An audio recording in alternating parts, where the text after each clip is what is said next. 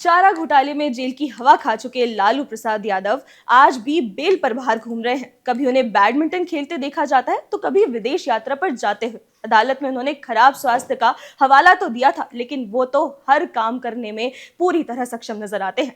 मगर जैसे ही अदालत की तारीख नजदीक आती है, लालू यादव व्हील चेयर पर फिर से बैठे नजर आते हैं। अब चारा घोटाले के बाद एक और मामले का खुलासा हुआ है, IRCTC स्कैम, जिसमें लालू, राबड़ी और तेजस्वी तीनों पर गंभीर आरोप तय हुए हैं।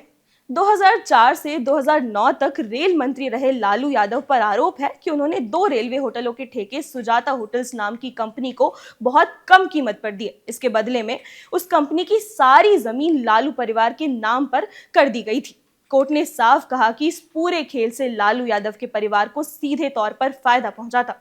अब इस केस में ट्रायल चलेगा और अगर दोषी साबित होते हैं तो इस केस में 3 से 7 साल तक की सजा भी हो सकती है।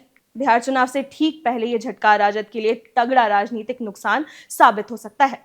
जो पार्टी खुद को जनता की आवाज बताती है, अब उसी के नेता भ्रष्टाचार की अदालत के कटघरे में खड़े हैं। तेजस्वी यादव, जो खुद को नया चेहरा बताते हैं, अब उन पर भी पुराने घोटालों की छाया पड़ चुकी है। बिहार की जनता को अब ये सोचकर ही वोट डालना होगा कि वो इस बार भी भ्रष्टाचार के युग में जाना चाहे या एक बार फिर से वो साफ सुथरे नेतृत्व के साथ बिहार को आगे बढ़ाएगी।